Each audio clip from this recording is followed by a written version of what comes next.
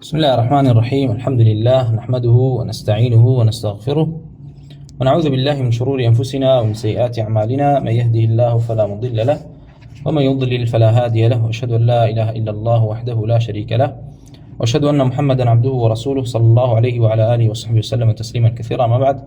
كان مما درسك تعظمنا لا دراسة كتاب المختصر في الفقه لنسيني في شواو إمام وفقيه عمري كري حسيني خراقي كصالس صوصي وشواري هجري وفاتي فرموا كوا كتابك لسر مذهبي إمام أحمد وكو باس ما كرت هدرسي في شوتر على كتابي الطهارة حقيقة طهارة ما باس كرت وباسي أو ما كرت كوا إمامي خراقي هات باسي وكر كوا طهارة بشيء هي نريد تجيل أودا فرمي والطهارة بالماء الطاهر المطلق. وباسي كان أصلك ما كرد درباري أو كوتمان لمذهب إمام أحمد أو أكرب السجورة أو كوا طهورة يعني باكو باكروشة أو كوا طاهرة. وإشارتي مصنف جبو آبي طاهر بوبك فرمي ولا يتوضأ بماء قد توضئ به آبك كوا دزنيجي بيجيرابي بيزنابي وتمان بو يقر برجل كويت بيزنابي بلام بو رفع حدث بكار نايت هو ما بيوتري آبك طاهر أو جاء بشي ترما ولا آوكان كآي بيسا وكمال فروع ما باسكرت لو باساني بيشوا كوا مصنف باسكرت أو جاء فرمي وإذا كان الماء قلتين وهو 5 قرب فوقعت فيه نجاسة فلم يوجد له طعم ولا رائحة ولا لون فهو طاهر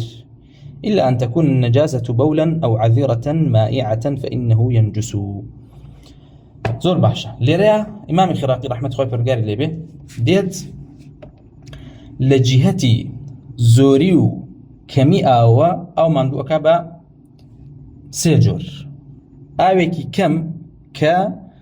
كأندازكي بريتيلي كوان نقاتا قلتين كليريا فرمي وإذا كان الماء قلتين أقر هاتوا ماء أو قلتين. وطبعا قلتين خوي أفرمي وهو 5 قرب بينج جليكانا أو بيت. طبعا بينج جليكانا أو يكوا باسكرا أو بريطل كيك يكل أندازة كان أو تريخ بينصت ريطلة بأرطالي بغدادي أم ريطلة لم سردمية أقرب لتر ليكي بديتوا هر 2.20 ريطليك يك لتر أو أكات يعني نزيكي دوصت بو دوصتو بينج لتر أو أكات دوصتو بينج لتر أو أكات كفرمي إذا كان الماء قلتين أقر هاتو أو قلتين بكوايا إما وثمان أو يعني أوي كوا كما لبيش وباسي أوي كوا أقر هاتو أو كمبو ياخد عفوا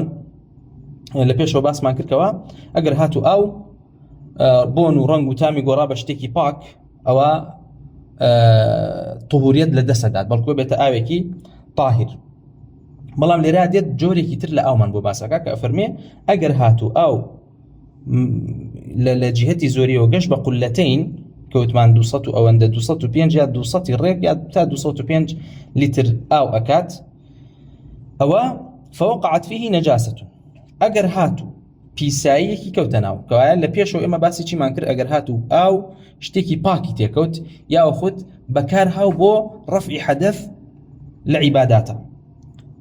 أو أحكام كان من باسكر إيسا باز لآويك أكاكوا بيسي تيبكوي أجر هاتو بيسي تيكو أو جاء فرمي أجر بهاتهم أو قلتين بو فلم يوجد له طعم ولا رائحة ولا لون فهو طاهر. بلام أم بيسايا كوا كوتناو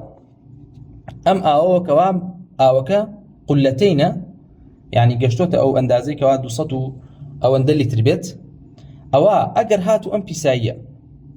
واينكر لآوكا كوا بونو تامو رنگي بقوري أو كبيز نابت با أو شكواتي يكوين نجيز به إلا أما استثنائك إلا أن تكون النجاسة بولا أو عذرة مائعة إلا مقر بيتو بيسايك ميز بيت يا أخد بيساي بيت أكرمكم الله بلان بيسايك رغنا ببيو إشتا تعظب يعني ما بس اللي رالتي استا لدرسي بيشوكا وباس مان كروتمان بيسايا كان چين دەرەجیان هەیە لە پیساییە. وتمان پلەی یەکەم کەوا پیسترینن بریتە لە میز و پیسایی. دوای ئەوە وتمان بریتە لە مردارەوە بوو لەگەڵ خوێن. دوای ئەوە وتمان لەگەڵ خەمر عارەق و بەرازەوەیکەوە باسکراوە. لێرەیە بۆیە وتمان ئەم پلەبەندیە گرنگە لەبەرەوەی دەربارەی ئەگەر هاتو ئەم پیسایانە بکەونە ناو ئاوێکەوە کەوا گەشت بێ بە قولەتین فەرق ئەخرێ لە بینیشە لە بینی ئەوەی کەوا وەکو لێرە خێراقی ئاماژەی بۆ کرد لە مەذهەبە لە بینی ئەوەی کەوا ئەگەر بێت و پیسایی و میزی تێ بکەوێ. بۆی ئەفەرمێ ئەگەر هاتو ئاوێک گەشت بووە حەدی قولەتین پیساییەکی تێکەوت جگە لە میز و پیسایی، یعنی ئەگەر دڵۆپەیە خوێن بێ یا خود مثلا هەندێک عارەق بکەوێتە ناوی ئەوە ئەگەر هاتو بۆن و تام و ڕەنگی ئاوەکەی نەگۆڕی ئاوەکە هەر پاکە لەبەرەوەی ئەو ئاوە صفەتی طهوریەتی هەیە خۆی پاک ئەکاتەوە پیس نابێت. ئەمما ئەگەر هاتو قولەتینیش بوو بەڵام پیسایەکی تێکەوت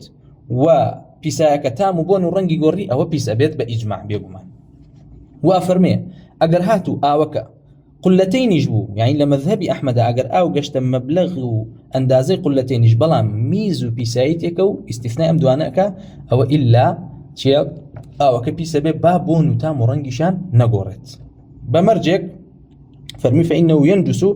إلا أن يكون الماء مثل المصانع التي بطريق مكة إلا مقر آوك أمن زور به وكو أو آوانيك وعلى طريق مكة. طبعا ما أما صانعانا بريتيبون لشي بريتيبون لتشالا آوي قورة كواب هوي بارانا ودروز بون يعني شبه بحيري كان بيوترا كوا شاكرابون وترتيب كرابون بوي كوا خلقي الروش برو حج لەوێ لایەن ئەدا و دەستنێژیان پێگرت و ئیسراحەتیانە کرد و ئاوەکە ئەوەنە زۆر بوو یعنی هی ئەوە نەبووکەوە بۆ پیس بێت. بۆیە ئیمامی ئەحمەد ڕەحمەت خۆی پەروەردگاری لێ بێ لە جیهەتی ئاوەوە لە جیهەتی زۆریەوە ئەمە مەذهەبەکەیەتی ئەگەر هاتو ئاوێک کەم بوو و نەگەشت بووە قولەتین پیسایی تێکە و تام و ڕەنگ و بۆنی بگۆڕێ و نەگۆڕێ لە لای ئیمامی ئەحمەد پیسە تێگەی ئەم ئاوە ئەگەر پیسایی تێکە و نەگەشت بۆ قولەتین پیسە. ئێستا دەلیلەکان باسەکەین ئینشاء الله تعالی. و ئەگەر هاتو ئاوەکە قولەتین بوو پیساییەکی تێکە و جگە میز و پیسایی ئەوە سەیرەکرێ ئەگەر بۆن و تام و ڕەنگی گۆڕا ئەوە ئاوەکە پیسە بێت نابێ بەکاربهێنرێ. ئەگەر نەگۆڕا ئەوە پاکە. ئەگەر هاتو ئاوێک گەشتە قولەتین بەڵام ئەو پیساییکەوە تێکەوت بوو میز بوو یاخود پیسایی بوو ئەوە پیس ئەبێت نابێ بەکاربهێنرێت نابێت بەکار بهێنرێت لەبەرەوەی نەجاسەی مغەلڵەضەیە لە مەذهەبی ئیمامی ئەحمەدا ئیلا مەگەر ئاوەکە ئەوەنە زۆر بێت وەکو وتمان وەکو پێوتری ئاوی مستەبحەر کەوا یعنی شیبهە بەحرێک بێت کەوا با ڕاکی دیش بێ بەڵام ئاوەکە ئەمەنە زۆرە کەوا لە قولەتین زۆر لای دابێت. بۆیە ئیمامی ئەحمەد ڕەحمەت خۆی پەروەردگاری لێ بێ لەسەر ئەوەیەکەوە ئەگەر هاتوو ئاوێک گەشتیشە قولەتین بەڵام ئەمەنە زۆر نەبووکە وەکو وتمان وەکو مستەبحەر بێت و ئاوێکی تەواو زۆر بێت ئەگەر هاتو میز و پیسایی تێکە و لەبەرەوەی نەجاسەیەکی مغەلڵەضەیە ئەوە ئەم ئاوە بەکار نایەت و پیسە بێت. زۆر باش. فرمي فإنه ينجس إلا أن يكون الماء مثل المصانع التي بطريق مكة وما أشبهها من المياه الكثيرة التي لا يمكن نزحها. ليش ضابطك ما مباسك أبوه أو الزوراني كواوتي وكو مصانع مكة به كبديت لا آوي كوا أما نزور به بكلكي أوني يعني تو نتواني تو نزحيكي كابرا حوزكي قوري دروس كردوه دجار قلتين أبي 15 جار قلتين أبيت تيجي أجر هاتو پیسایەکی کەمی تێکە و بە میز بێ یاخود پیسایش بێت ئەوە وەکووتمان وەکو ئەو نیەکەوە ئاوێکی قولەتین بێت گەشت بێت یان نەگەشت بێت کەم بێت. بۆیە ئیمامی ئەحمەد فەرقەکە لەم مەسەلەیە لەبارەی میز و پیسایی لەبەرەوەی نەجاسەی مغەلڵەضان نەفەرمێ وەکو ئاوانەیەکەوە زۆرن وەکو ئەوەیەکەوە تواناو نیەکەوە نەزحیکەیت و ئاوەکەی بەتاڵکەیت و جارێکی تر پڕیکەیتەوە لەبەر زۆریەتی فذلك الذي لا ينجسه شيء. ئەم ئاوەیەکەوە پێغەمبەر خوا صلی الله علیه و سلم فەرمێتی إذا بلغ الماء قلتين لم يحمل الخبث. ئەمەیەکەوە پێغەمبەر خوا صلی الله علیه و سلم وەصفی کردبوویەوە چییە پیسایی لە خۆی ناگرێ و پیس نابێت. زۆر باش. دەی لەرە دلیلی ئەم باسەمان چییە؟ دلیلی ئەم باسە طبعا ئیجماع هاتووە دەربارەی ئاوێک کەوا بون تام و ڕەنگی گۆڕا بەهۆی نەجاسە و بەهۆی پیسێوە ئەوە پیسە بێت ئیجماعەکە. يعني إمام الشافعي رحمة الله قال لي بجراية فرمي إذا تغير طعم الماء أو ريحه أو لونه كان نجسا هو قول العامة لا أعلم بينهم فيه اختلافا. وبما شيء ابن المنذر جرايته وابن قدامة المغنية جرايته وغير إيش كأما اشتاقني كوا خلاف تابع. أما آويكش كوا لقلتين كم تربيت أجر هاتو بيسايتك وبيس أبيت أو مفهومة لتشيوا لحديث رسول الله صلى الله عليه وسلم كفرميتي إذا كان الماء قلتين لم ينجسه شيء ما لم يتغير ريحه أو طعمه. زور باشا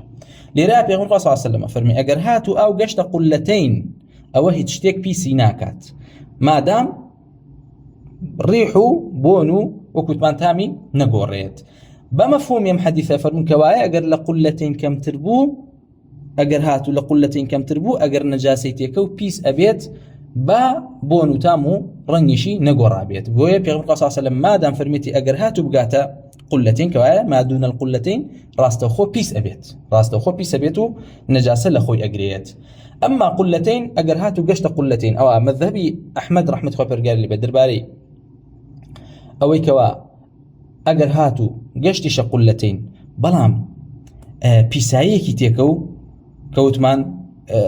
أجر ميز بياخد بيساي بيه أو إمام أحمد لباب قلتين شا فرق كالا بيني آويكي زور كوا أما نزورة نزح ناكريو آوكا خالي ناكريتو جارة البركريتو لقل آويكي كما كوا أتواني نزحي كيتو آوكا لا بديتو بون قلتين بياخد قلتين ونيويك بيت كوا ليرا إمام أحمد فرمي أجر هاتو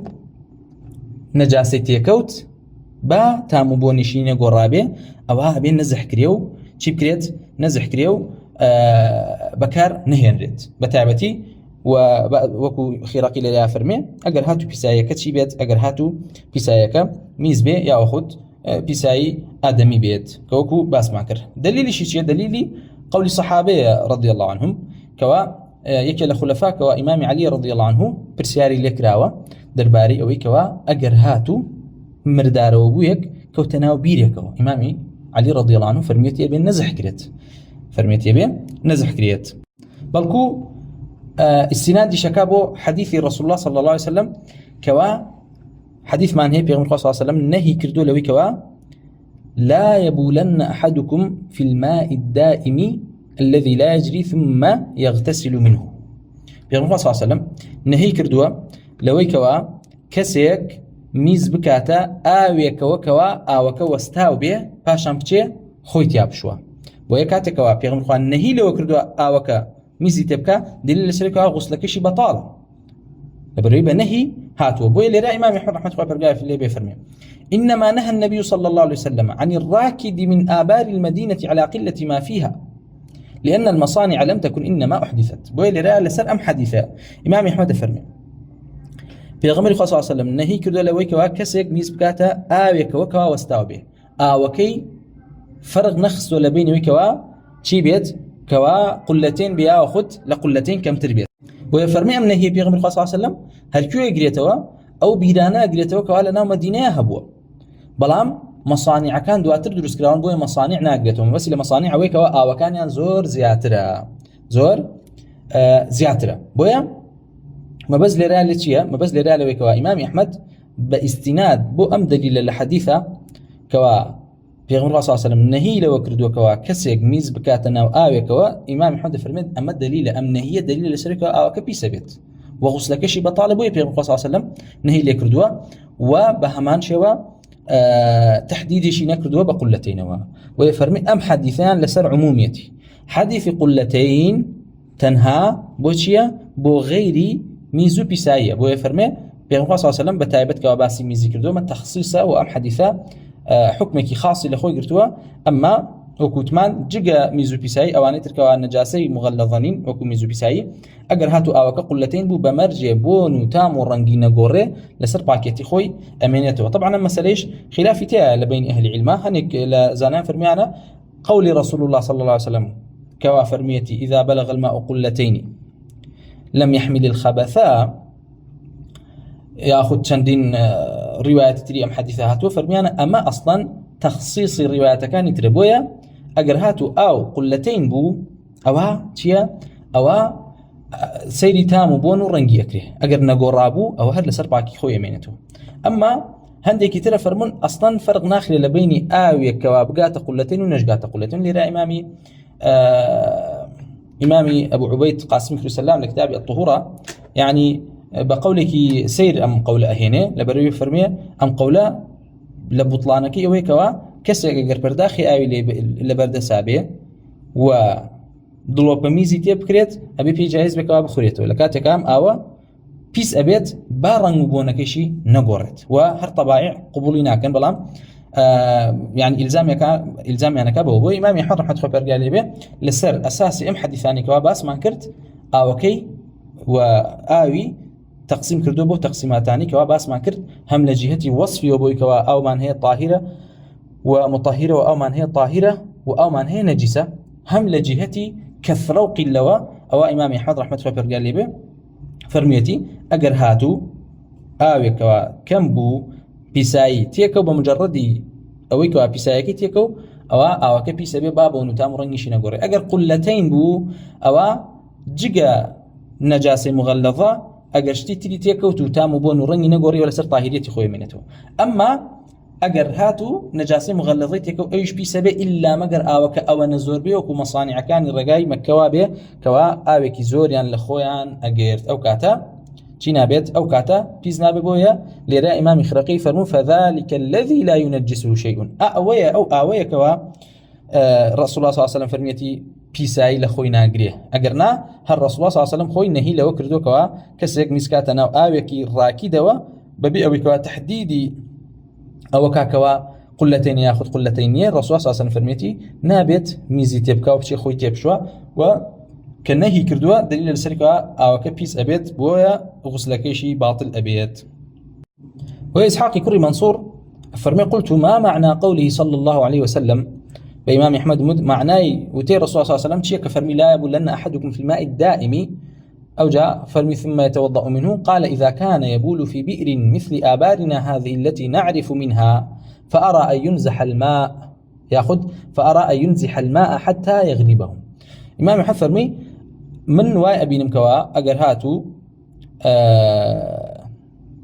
ميز كرانا وبيرة لو بيراني كوا استائما بكاري إهنين أو بيم واكوا آيو بيركا بهال بهنجريت وآوكي لي درب كريتو حتى وكو كوا طواو كمان ينبو بودرس بكوا أو آوي كوا ميزكي تكراو همي هاتو تدرو أو آيو ترهاتو توجي.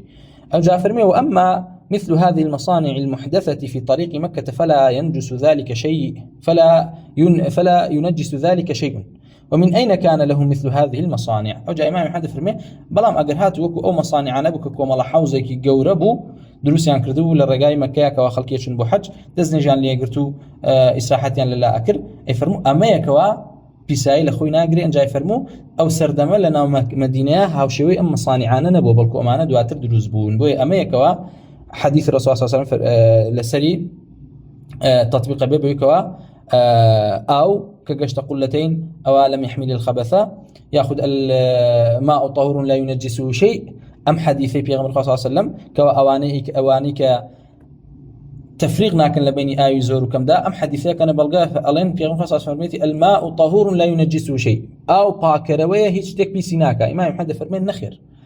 أول سر عمومي خويني بلكو آويكي ما بزبور رسول الله صلى الله عليه وسلم كوا آويكي زور بيت أجرنا خوي باسي قلتين كردو وباسي كردو كوا أنا بميز كريتنا آوي واستاو باشان غسل لي كريت دي زور باشا ليرا أما بكرتي حكمي أم أو من زاني كوا أم أو بيز بو أي أم أو كوا بيز أبيت هيج حلق هي بوي كوا باك بكريتوا شون أجر آويك بيز بو باكي بكينوا أوالين أو أواني كوا بيز أبن أكريبا سيباشوا يكميان آويكوا لقلتين كم تربيت آويكا بيسايكي تيكوتو بلام لقلتينش كم ترى تو شون تواني كوا باكي كيتو أم أو باك بيتو بويكاتو بتواني بكاري بهيني تو بدزنج قرتنو بو عباداتو بو باكرتنو بكار هنان أو باكرتنو كي بويكوا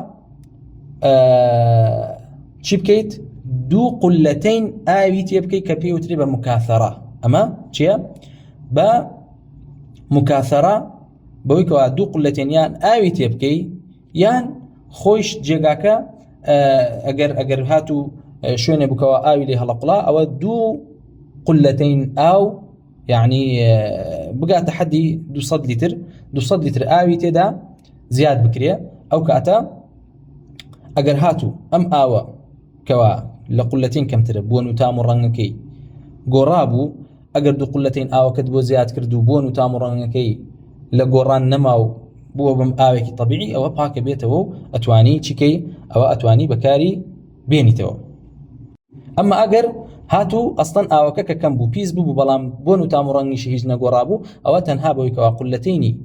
دوو قولەتین یا 200 لیتر ئاو تێ کرد ئەوە ڕاستەوخۆ پاک ئەبێتەوە و بەم جۆرە ئەم ئاوەکەوە لە قولەتین کەمترە بە مکاثەرە پاکە بێتەوە و ئەتوانی بەکاری بێنیتەوە. جۆری دومیانەوەی کەوا ئەگەر هاتوو ئاوەکە لە قولەتین زیاتر بوو لە قولەتین زیاتر بوو ئەو کاتە سەیرەکەی ئەگەر هاتوو ئاوەکە بەهۆی پیسایەکە و کەوا تێککەوت بوو بۆن یان تام یان ڕەنگی گۆڕا بوو ئەوە ئەمیش بەچی پاکە بێتەوە بە مکاثەرە بۆی کەوا ئاوی تری بۆ زیاد کرێ هەتاوەکو چیە بێت هەتاوەکو ئەو تەغییرەی بەسەر یا هاتوو بەهۆی نەجاسەکەەوە نەمێنێت هەر کاتێ نەما پاکە بێتەوە ئاوی تری بۆ زیادەکەی هەتاوەکۆنێکەوە تەغییرەکە نامێنێت. ئەمما ئەگەر هاتوو ئاوەکە نەگۆڕابوو بەڵکو بەو جۆرە بووکەوە باسمان کرد کەوا پیسایەکی تێکەوت بوو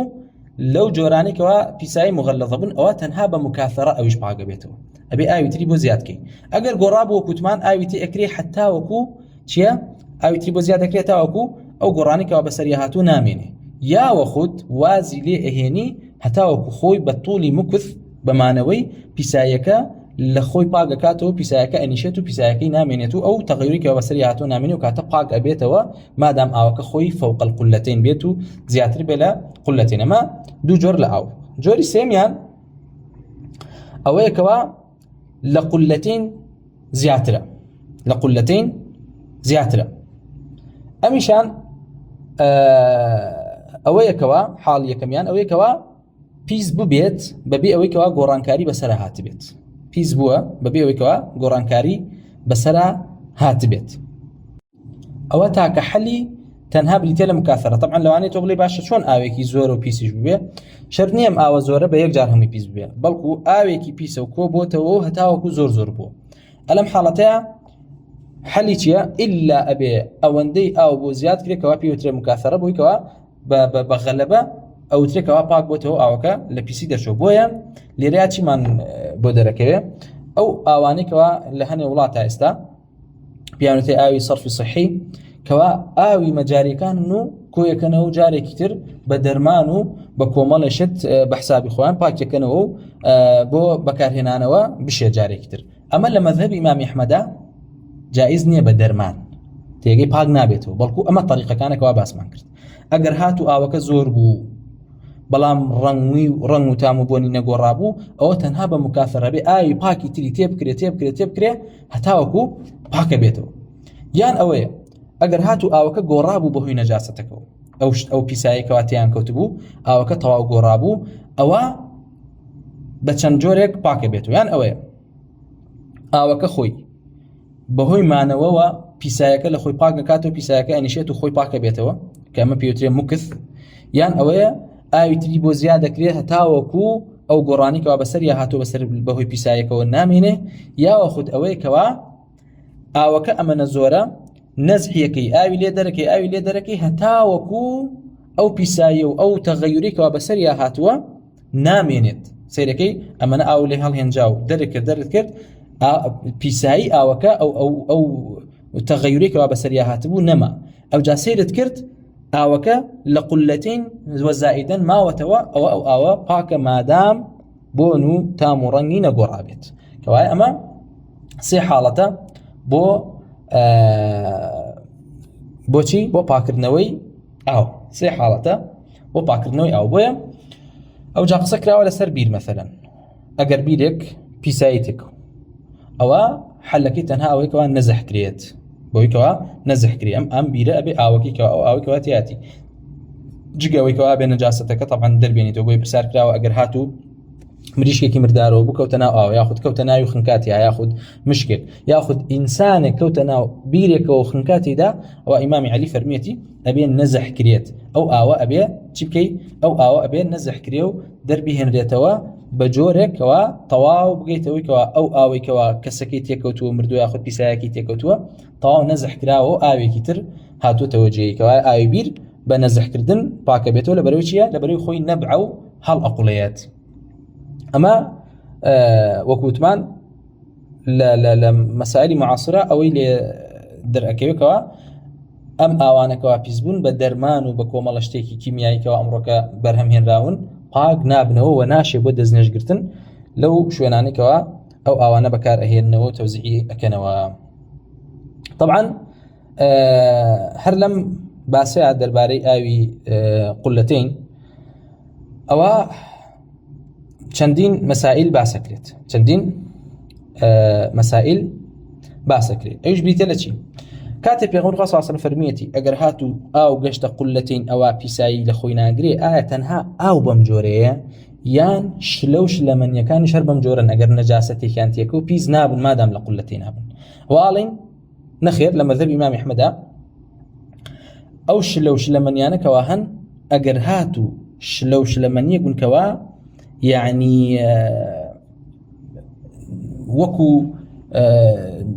وەکو ئاو نەرمن یعنی تێگەی ڕوونن با بڵێن نەوەک بەستوو بێتن مثلەن ڕۆنمان هەیە ڕۆن ئەبەستێت ئەمە جیاوازە لەگەڵ چیا لەگەڵ شلە و شلەمەنیە ئەگەر هاتوو شلە و شلەمەنی شتێکی پیسیان تێکەوت ئەوە لە مەذهەبا پیس ئەبێت ئەمە قەولی عامەی جمهوری ئەصحابی ئەحمەدە بەوەی کەوا پیس ئەبێ لەبەرەوەی ئاو مطهرە خۆی پاکەکاتەوە بەڵام شلە و شلەمەنی ئەم وەسفیان نەماوە خۆیان پاک ناکەنەوە و ئەگەر هاتوو ئەو شتێکەوە نەجاسەتێکی تێکەوتووە جگە لە ئاو لە شلەمەنیەکان بێت بەڵام بەست بێتی ئەوە حەدیثمان هەیە کەوا پرسیار لە پێغەمبەری خوا کراوە صلی الله عليه وسلم کە ئایا ئەگەر هاتوو مشکێک کەوێتە ناو ڕۆنێکەوە پیوێکەوە ئەوە چی بکات پێغەمبەر صلی الله عليه وسلم فەرمانی کردو کەوا چوار دەورەکەی هەڵکۆڵڕێ و ماباقیەکەی بخورێ لەبەرەوەی چیە لەبەرەوەی پیسایەکە تەوزیع نابێ بەناو ڕۆنەکە چونکە بەستووە ئەمما شلە و شلەمەنی پیسایەکە چی بێت تەوزیع بێ بە ناویە بۆیە لە مەذهەبا ئەوەیەکەوە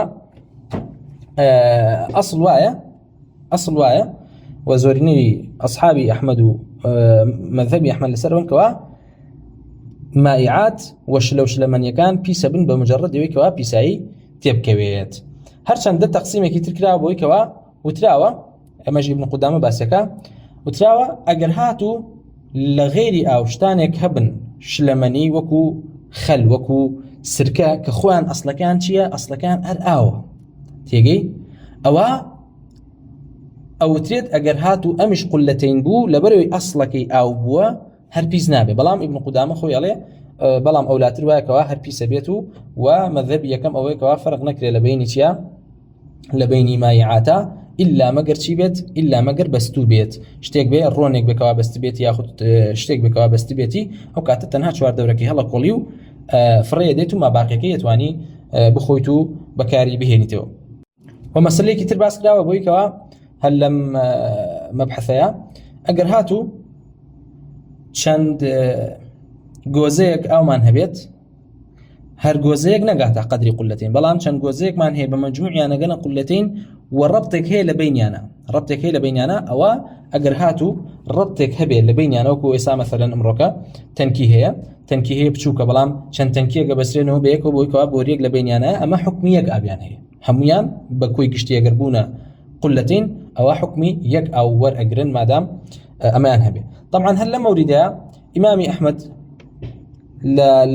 لە مەذهەبی ئیمامی ئەحمەدا ئەوەی کەوا فەرق ئەکا لە بینی ئاوێکەوە جاری بێت بڕوا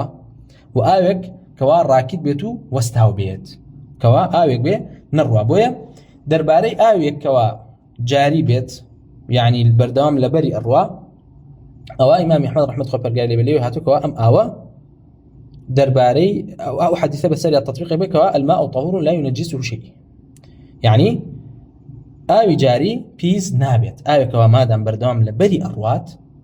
أو بيز نابت أما آوي الراكت أو تفصيليت يا كوا باسمان كرت أجر هاتو كمبو وأجر هاتو لقلتين أبو ياخد لسرو قلتين أبو بجورة كوا وكو مصانع كاني مكوابي همان تفصيلي تدايا. باشان إمام الخراقية فرمي: وإذا مات في الماء اليسير ما ليست له نفس سائلة مثل الذباب والعقرب والخنفساء وما أشبهها فلا ينجسه. طبعا الخنفساء بخنفساء شخمينيته بضم فاءك، وما أشبهها فلا ينجسه. إما وثمان يكلا أوانيك وان ميتة بريتي لم مردار وبو يأخذ مردو كواب كيف تشتيكوا أم ميتة تشيا وأكات كوا أو بيسبكات بلام ليريا شتيك من بباسك إمامي خراقي كواب دليل بالنصوص تشيا استثناء كراوة لميتة كأفرمي أجر هاتو لناو آويكي يسيرا كاتكالي آوي يسير يعني أو لاتر أجر آوة كزور بيت همان حكمي هي بويل لراك أفرمي أجر لناو آويكي كما حيوان لو حيواناتاني كوا خويني نية مردار بو مرتيدا و بلام لو جورا حشرات وحيواناتانا بو كوا خوينيان نية أو آوكا بيز نابت وكوشي أو حيوانات وكو الذباب وكو ميش ياخذ وكو عقرب كدوبشكا خويني نية. خنفسائش يعني تقريبا جورق ل حشراتك يك جور نية يعني نوعيك معين بلكو بعام وكو سيسركو أو قالون شو أنا أو أجريته كوا لو حشراتاني كوا خوينيان نية كاتك يكوجي خويني ثانية أفرمي أجر هاتو كوتنا آويكي كمي شوا با كميش بيت بلام بمرجع لو حيواناتنا بكوا خويني نية كليرا أفرمي لا نفس ما ليست له نفس سائلة نفس ليرا يعني خويني نبيت أو أم حيوانا با مردارو بيتج لنا آويكي كمي شابه لكاتك آوي كم أجر هاتو وتمان مجرد نجاسي كتاب كي يكسر بيسبه أو أمان بيسيناكا بو لبروي أم حيوانا تشينيا خويني نية دليل إشمان حديثكي في غمر صلى الله عليه وسلم كأبو هريرة جرته كفي غمر صلى الله عليه وسلم فرميتي: إذا وقع الذباب في إناء أحدكم فليغمسه كله. أجر هاتو ميشك وتناو برداخي آوي كسكتانوا أو با همو جاني نقمك ثم ليطرحه باشان دري بينته فريدا فإن في أحد جناحيه شفاء وفي الآخر داء. شنك ليش يقل بالكانيا شفاء هي وليك كشيانا نخوشي هي ويا بإذن الله عز وجل أويك وشفاءك يا داءك أبرينيتو ناهي له ودليل شلسري كابي صلى الله عليه وسلم نيفر مبير رجو لبروي بيزبوا لكاتك شامر دار بوتوا كوايا أما حكمك جوازي هي بويا أو حيواناتاني كوا خوينيان نية أجر هاتو كوتنا ناو پرداخي أو ياخد آويكي بچوكوا أو تشيا أو بيسيناكات بلام لتفصيلي أنباسيا چی ترباس کراوە تفصیلێکی ترباس کراوە کە ئیمامی ئەحمەد ڕەحمەتوڵڵی خۆی پەروەردگار لێبێ هێناوێتی دەربارەی سەراسر کەوا قالۆنچە ئەگرێتەوە کە ئیمامی ئەحمەد دەفەرمێ قالۆنچەکان دوو جۆرن. قالۆنچەیەکەوە لە پیسایی دێتە دەرەوە قالۆنچەیشمان هەیە مەثەلەن لە شوێنی پاک دێتە دەرەوە و لە ناو بیرایە دەردێت لە ناو بیرایەتە دەرەوە بۆی لە ڕیواتی مەڕوذیە ئەفەرمێ إمام أحمد: صراصير الكنيف والبالوعة إذا وقع في الإناء أو الحب صب، وصراصير البئر ليست بقذرة ولا تأكل العذرة. أفرمي ليرى إمام أحمد فرق قال بيني أو قالون شاني با أم استثناء أجباس كريم بلام كومالك قالون شهي كوا لنا بيساي يادينا دروا بيساي هل أهيني. إمام أحمد فرمي أجر هاتو لو جوران أبو أبي أو آوي كواتي كوتو بريجري وبكار نايته بلام أواني كوا لناو باكي ولا شتي باك هل أهينرين وكو كوا لناو بيراية درو. إمام أحمد فرمي أمانة بيساي ناخون وخوشان بيزنين بويا أفرمي أجر هاتو كوتا ناوشتي كوا أو تفصيلي كوا باس منكر أما مذهبي إمام أحمد تيدا دليلش حديثك بيغمري خواه صلى الله عليه وسلم. دي باشا أجر معصية كي تيكو حكمي تيه معصي خويني هي وايا ئەگەر ماسیەک لەناو تۆزێ ئاوە مرد ئەوە هیچ حەدیثەکەی پێغەمبەری خوامان هەیە صلی الله عليه وسلم کەوا خۆی هو الطهور ماؤه الحل ميتته وما بحر يعني ميتي بحر كوا اواني كوا ناو اواجين با خوشا مردار بيتنو جايزه بيان خوي بلام ايا اگر هاتو كوتنا ناو لنا توزي اوا ابو مردار بو بيو ياخذ مردب ماسيك اوا حكم شي ورغري اوا الين هر باك اوكا باكا بابوني ماسيك شي تدابي چونكا سرتا دليل كمان بديت الحديث كبي صلى الله عليه وسلم بو كوا ما دام جائزه بي خويا واخوشي بيزنيه حكم مردار بوي ميتين كوان نجيسه ما خالق خالي دومش زانان فرميان خويني ماسي وكو خويني تشينيه وكو خويني حيوانات ترنيه بويا تنها للرنقه لخوينه تشينا الحقيقه تشيا الحقيقه خوين نيه بويا فرميانا دليل جويك واخويني ماسي ارز اي خوات بلام خويني حيوانات ارز هلي نامجت ارز هلي نامجت بويا اگر ماسي او حيواناتني كوالنا بحر اجين بمرجت تنها لنا بحر بجين اقل لنا توزي مردار بونا او باك اما مثلا اگر قرباك بو بوق مثلا او قول هي لبشق لتابعيني واگر هاتو لنا بديريك مردار بونا او كي نزح كريد لبروي ماتيا اما لنا اويشو غيري اويشا اجي لنا اويشو غيري اويشا اجي ديلا فقري كترا امامي خراقيه فرمي قال ولا يتوضأ بسؤر كل بهيمة لا تؤكل لحمها إلا السنورة وما دونها في الخلقة لرادت باسي چمان بوكا لبريمان لباسي آوين باسي سؤريش من بوكا يعني باجماوي دمي حيوانات اللي راه تفصيلكي بريتي لشي طبعا اللي راه فرمي دزنيج ناگيريت بسؤري همو أو حيواناتاني كوا چيا گوشتيان ناخوريت إلا السنور تنها السنور نبيك بريتي لبشيلة كافرمي وما دونها في الخلقة بلام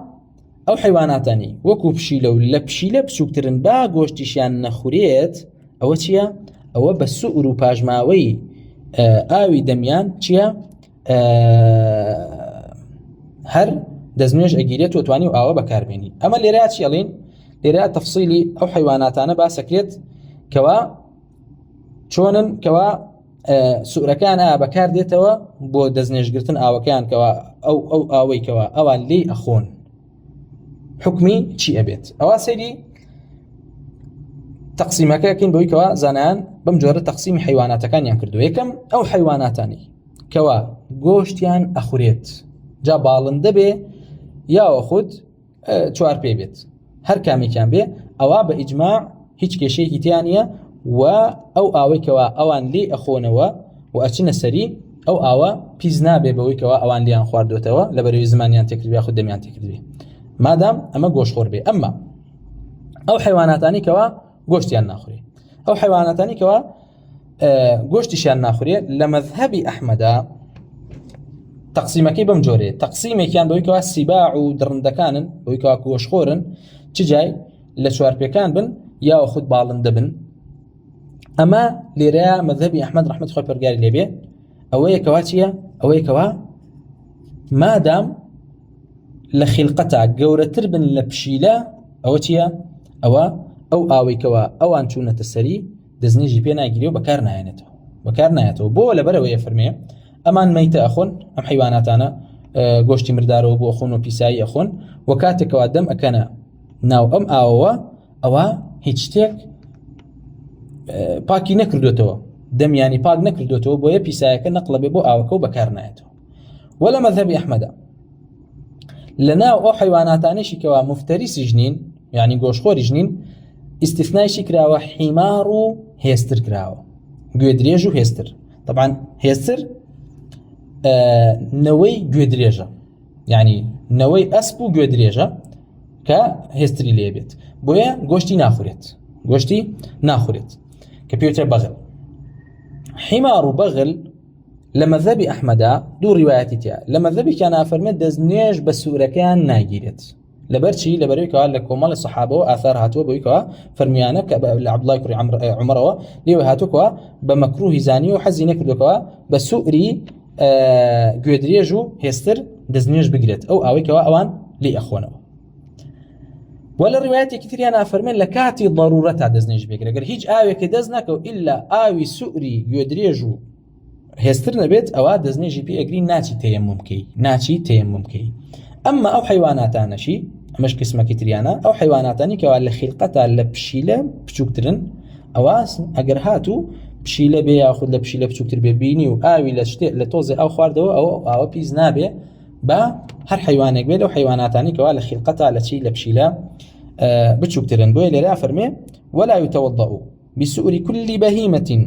لا يؤكل لحمها. طبعا ما لێرە باز لە ئەوە کەوا لحمي نخوري إلا السنورة تنها السنور نبي وما دونها في الخلقة وجينا وأوشي كوالا سنور بشوكتر بيه لا خلقته لا جستيا. طبعا يقسم تريش هي لحيوانات على السورة كان كوا أو حيواناتان كوا بنص هاتو كوا بيسن وكو شي وكو صقو براز أكرمكم الله كوا بنص أمدوانا لما ذبي أحمد بق قولا واحدا هردو كان بيسن كوا سؤري أو حيواناتي كوا قوشتيانا خوري وتمان جائزة كوا تشبكي دزنجيان في بقريتو بكار بيانتو. سؤري حيواني كوا نجسة وكو كلب وخنزير أو لما ذبي إمام أحمد وكو تمان قولا واحدا دزنجي بين أجري أو جاء أو حيواناتاني تر كوا لجيجا كلب وخنزير للسباع أو حكم كيما من باسكرت وثمان أوي كوا لبشيلة بسوكتر بيت دي سنة وقسم كتيرة ولناو أو حيواناتاني شي كوا سباع جنين وكوشي وكو بغال وحمير أو لما ذبي أحمد دو قولتها كان كراهة دي كانوا كوا دزنيجي بي ناجيريت. ودليل أوي كوا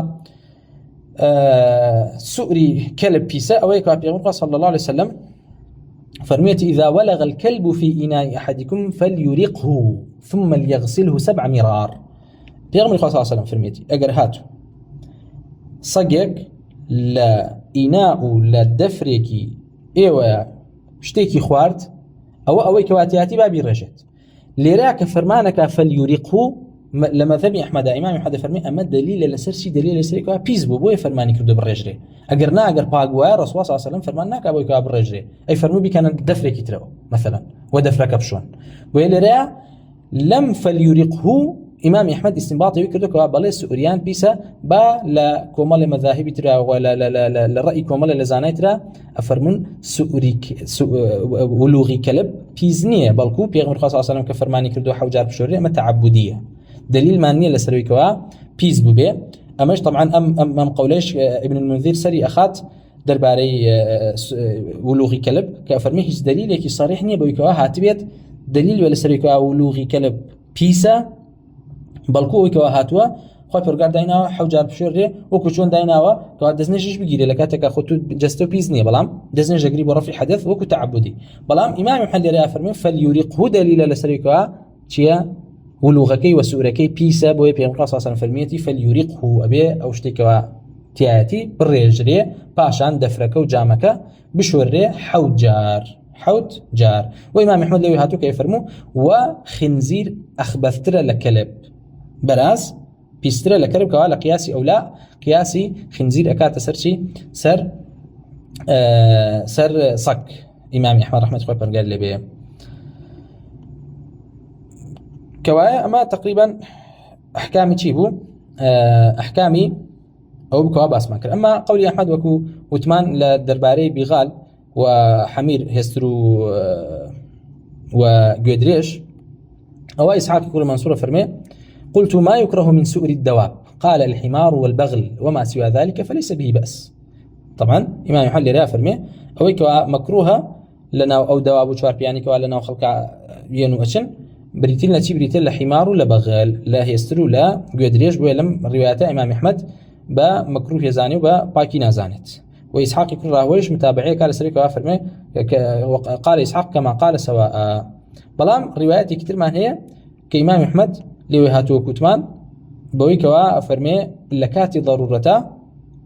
ضرورتا كوا هيج آوية كنبوتانها آوية نبي كوا سؤري جودريجو هسترا أو تيمم ناكيتو دزنيجي بي أجريو ونيجي بي أكريت. هو كتشمان إمام أحمد رحمة الله برجال اللي به هو كاركيتشي كوا مذهبكيتي لبروي كوا لقول الصحابة هاتوك وعبد الله بن عمر رضي الله عنه ك بلايا ومكروه بكوا دزنج بقريبتي بسؤري حمار وبهمان شوا سؤري كلب و كقولك لي وهاتو. بو إمام ابن المنذر رحمة الله فرقال يبي فرمي اختلف أهل العلم في سؤر الحمار والبغل فكره طائفة الوضوء بسؤر الحمار، وممن يرى ذلك ابن عمر والنخعي إبراهيم النخعي والشعبي والحسن وابن سيرين، وبه قال اللوزاعي والثوري وأحمد. أما قولي وانيك وابلا يعني مكروه بكوا دزنيجي بيا بقرين وبهمان شو. وكره سؤر البغل النخعي والأوزاعي والثوري وأحمد وإسحاق، ورخصت طائفة في الوضوء بسؤر الحمار والبغل والسباع. وممن رخص في الوضوء بفضل الحمار الحسن البصري. طبعا درندكان وكو أوانيك أو حيواناتانيك واقوش خورن بشك العلماء فرمون أمان شين أمان سؤر كان دزني جان بيجري وبهمان شو هي جودريجي شو هيني هستريش. دليل شان شيء دليل أن أثرك الإمام عمر رضي الله عنه كواهاتوا كفرمي جارك روش نسر لاي مالك كوا كابرا حوزكي هبو ديارة ويسيان دزنيجي بيا بقرن يكيك لصحابة كان كوا لقل إمام عمر أبو فرمي بكابرا فرمي سباع حيوانات دينا سر أم آوي ليبخونوا. إمام عمر فرمي أي خاواني مالك هوال ما بيمدا هوال ما بيمدا وبيمان مالك آيين ياخدنا بولكو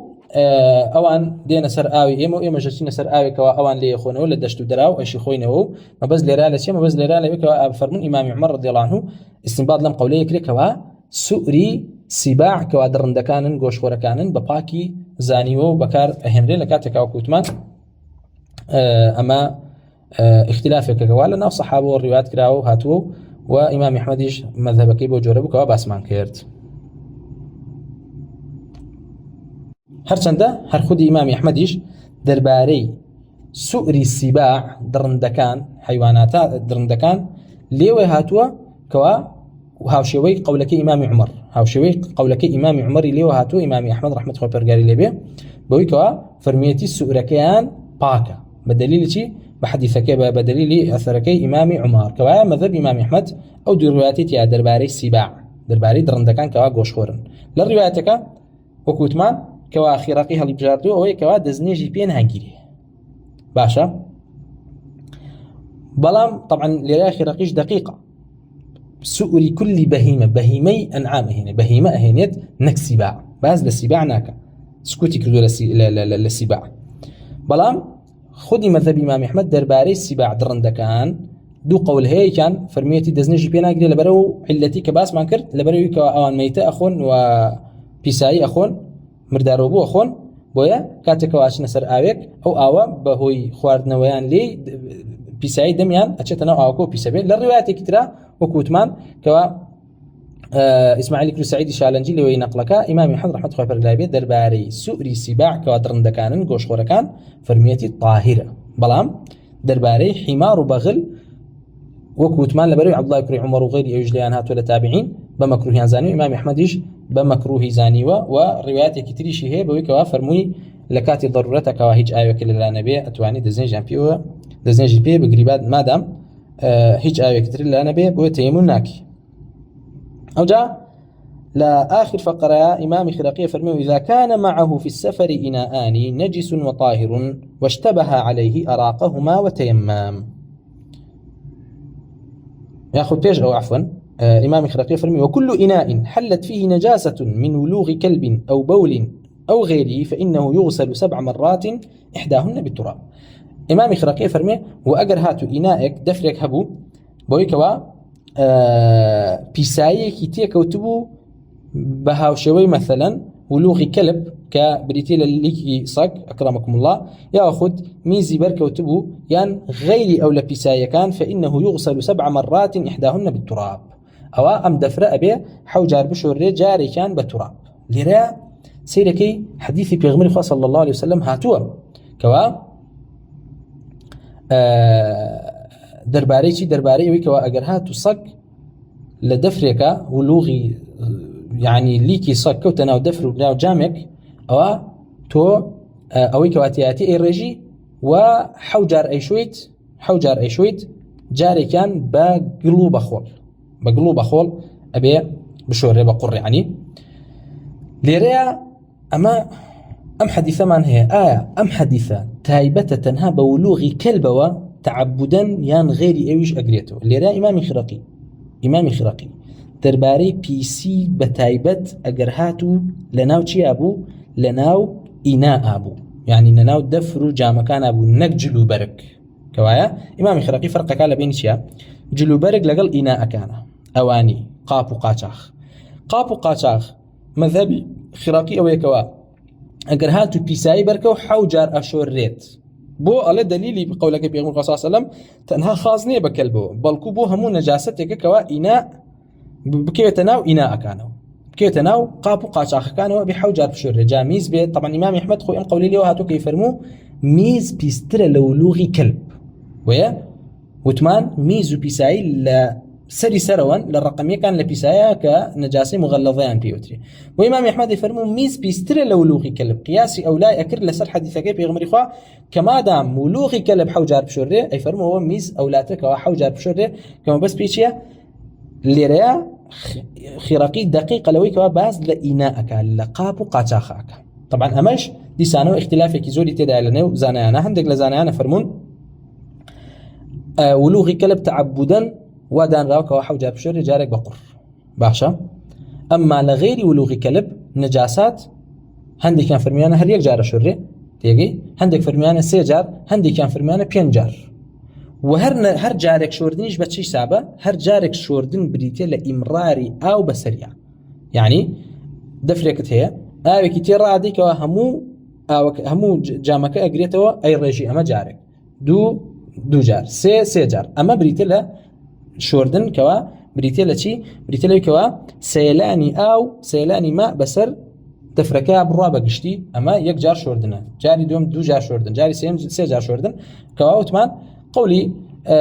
خراقي لرا أوي كوا أجر هاتو إنا أكان بتايبتي نجلو برك إنا أكان كوا قابو قاچاخن بيسايان تيكوت فرمي قياسا بولوغي كلب أواتيا أو حوجار أشوريت جارك بقر كأما طبعا إمامي ابن المنذر يعني خلافك يقول درباري نقلك وفرمي أما تنها خاصة بتشيوة تنها خاصة ب ولوغي كلبوة أو يشتعبودية باسكة تيجي تسليمون بو أثر ما دام وهاتوا لحديثا بوجوري أجرنا نجاسات كاني تر تحديد ناكرين بشي تحديد ناكرين بعدد غسلات بلكو تحديد كريب ويكواتشي مثلا أجر نجاسيك عيني بكوا عينك نمينت ويكوا عينك نمينتو نجاستك أثري نميني ترباك بيتو جا أجر هاتو أي بياكرا ونجاستك هرما زيادة لحو جاريش بيت ما دام عيني نجاستك ما بيت هر بي سبويا يفرمو تحديد ناكرية بعدات بويا خدي أم قولش لإمام أحمد ورحمة الله برجال ليبي هاتو بلام خراقي أم قولاني هل نبجاردو بويا وكوتمان خراقي وقولي بجاردو كوا همو بيسايا كان بو ما دام كون ناو إناء كوا وحوج على الشرب بلام إمام أحمد مخالفين قولش ليه هاتوا بل كل حديث صحيح هاتوا كوا درباري آنية أهل كتاب كوا هاتوا رسالة بيغمبر خاكرو صلى الله عليه وسلم درباري آنية مشركين يعني قاب وقاشاخي مشركين لكاتك آنية أهل كتاب ومشركين سيرقي بيساي ميتان تيا كولاندوا وغوشتي خنزير تيا ليناوا بيغمبر صلى الله عليه وسلم فرميتي اغسلوها بالماء ثم اطبخوا فيها واشربوا بيغمبر صلى الله عليه وسلم فرميتي بيشون بأو باشان شتيت يدا لبنان وبهمان شوليشي بخونوا كوالي راح بيغمبر صلى الله عليه وسلم تحديدي باكدنوي نجاساتي نكردو بعدت أما أوي كواهاتوا خاصة بتيو بلحمي ببلوغي تيو ببلوغي كلبوا وكمان إمام أحمد أم قولي لوا هاتوا بلام خراقي اختياري أم قولي نكردوا وحديث كان زور للباري أوي كوا برسال لآني مشركين كراوا بهمان شو بوجلو برقش بيغمبر صلى الله عليه وسلم بعدت دايننا وكوا أما نجار بشوري أمن جار بشري ويصير كي برسالة بيغمر خاك الله صلى الله عليه وسلم أفرد برسالة إنك دوكا آية أجر هاتو خويني عذريان برج لكان يعني كوتشيب كان بيغمر صلى الله عليه وسلم فرميتي لبيشا يعني بيكرنن باشان أو بيشونو ونجي بيوبكن كوايا دليل السري كوا تحديد عدد نكراو بو شوردني بيساي بلكو بوي كوا عيني نجاسة كلابشي إما إلا ولوغي كلب نبي كوا تعبدا حوجارة وجارك يشبه قراء أو جاء خلافة كم جاريانا ياخذ آخر جاريانا لحديث كيم مسلمة آخر جاريانا كوا باتشيا بقر بشوريت. لآخر فقرة أفرمي وإذا كان معه في السفر إناء إمام خراقي فرمي وأجر هاتو كسر سفرايا بوشي اللي باز لسفرايا كافرمي دو إناء بي دو دفر دو جمع آي بي يكي كان آوكا باكا يكي كان بيسا بلام ليت يكشو كاميان باكا كي وكاميان بيسا كي فرمي هردو كان الرجاء وتيمم أكاد يعني شي يعني دزنيج بهيتشان ناقريت بو بيغمبر صلى الله عليه وسلم ليو هاتو كوا فرميان يفرمو دع ما يريبك إلى ما لا يريبك توبه شق لخو لا بري ما خالكم خالدوم اوي كوا اي بيس اگر برجستت كي بيس تكات تو دو جمع او بي كان بيس كان باك نازاني كاميان بيسك لو اني تو اخر دانيان بيسك بك اگر بكارت هنا جستو همي بيس بيت وايش بيني خد باكيتو تيجي بو لم حالتها كسك ولا سفر طبعا كاتك بس السفر كلا بري ام حالته زياده السفر الرودا اما تو لحضره باذن الله ام حالتانا كم تر رؤدنو ديتا بيجوت كوايا اگر هاتو كسك لسفر اب يان اوي دو اي بي اوي كوا طاهره اوي كشان مطهره تيجي بقي بهي تقسيم او كان اوي بي كوا طاهره مثلا بكار هاتو لدزنيجكا يا اخذ غسل بي كله بلام او كبا باكي ما تو هر هلي قلت لك خويا واوي كش بي كوا مطهره كوا هيج بكارنا هاتو ولا الرفع حدثها بكارنا هاتو هيج كشي كينيا ألم كاتا زانان فرميانا اگر اشتباهي هبو درباريان ابي لهردو كان دزنيش غري يعني تي يعني ديد اوكا هنا دمچاوي شوا بم اوان دمچاوي شوا بو اوي تريشان تيجي بو لبروي او طاهرك كوا مطهرنيه دزنيش فيش صحيح نيه بلام لا شش بيزناك اگر دزنيجي بيجري وكاتو بهردو كان دزنيجي جري ليكي كان هر او مطهره كي دزنيجي صحيحه اما اگر هاتو دو او وي كان باغ وي كان بيزبو او مذهبي امام احمد وكواتو نابد تحريب كي بلي ولا باب زانكم امان بيك امان باك امان شيء هردو او كالريجي او جا تيممكي طبعا بوشي فرميتي هردو او كالريجي اراقهما لا بري بيغمبر صلى الله عليه وسلم فرميتي اگر خوي برغا فرميتي كوا درباري تيمم فلم تجدوا ماء فتيمموا او تان دزنكو لذا فرن بويكا شك نميني او كبرجا او كاتا تشيا شك ناميني وقمان ناميني تو معدومي اوي او دلانانيه تيممكي بلام نص شاتو الامام احمد وغيره يشوكا شردنيه الا او كبرجا لبري ام كسح حكما لا تشيا لحكم وايكا او كي تشي بيت او لا نبي ويفرمي انا شردني او كبرجا بتابتي اگر بزانيت محتاجي ام او ابي للرقايه تيجي شكا مثلا جاريات ولا سفرات وشي حالتك بيك يعني اضطرار دبوديتا بيش جايز هر او كب خويته واگر بيسيج بيت شكا تونيه كي زور بسراد خيريك اخنكي ام او اتواني بخويته وبكاري بينيته ويفرمي انا شرنيه او كب رجي ان جاتي مقابلك واگر او كجنا الرجيم لحكمي وايكوا شي بيت لحكمي وايكوا اوي لانا بيقول